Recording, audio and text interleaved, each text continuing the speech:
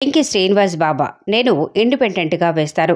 కాకినాడ జీబీటీ వెనుక లాల్ బహదూర్ శాస్త్రి స్ట్రీట్ వెంకీ శ్రీనివాస్ బాబా నివాసం వద్ద టీడీపీ నాయకులు కార్యకర్తల సమావేశంలో శ్రీనివాస్ బాబా భావోద్రేకానికి లోనై కన్నీరు పెట్టుకున్నారు. టీడీపీ జిల్లా ప్రధాన కార్యదర్శి వెంకీ శ్రీనివాస్ బాబా బీసీ పాయింట్స్. కరోనా సమయంలో నుండి రూరల్ నియోజకవర్గంలో కార్యక్రమాలు చేస్తూ టీడీపీ పార్టీ నాయకులు కార్యకర్తలకు అండగా ఉంటూ వచ్చాను. రూరల్లో టీడీపీ పార్టీ మనుగడ కష్టంగా ఉన్న సమయం నుండి నన్ను వాడుకొని ఇప్పుడు నాకు చరిష్మా లేదు అని అంటారా? ఇంట్లో ఉన్న వాడిని నన్ను పని చెయ్యి అని చెప్పి ఈరోజు నన్ను పార్టీ పని నా పని అనుకుని సేవ చేస్తూ ఉంటే పార్టీలో ఉండమని లేకపోతే పొమ్మన్నారు. కార్యకర్తలు ఏం చెప్తే అదే చేస్తాను. నా కార్యకర్తలకు ఏం చెయ్యలేదు అని అసంతృప్తి ఉంది.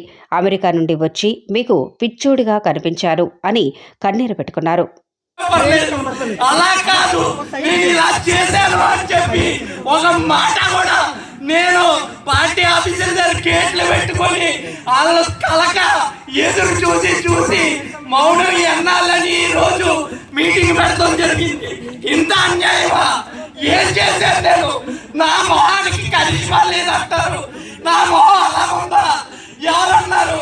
మీరు నిజంగా పల్లెటూరులో వెళ్ళి చూడండి. నేను నిజంగా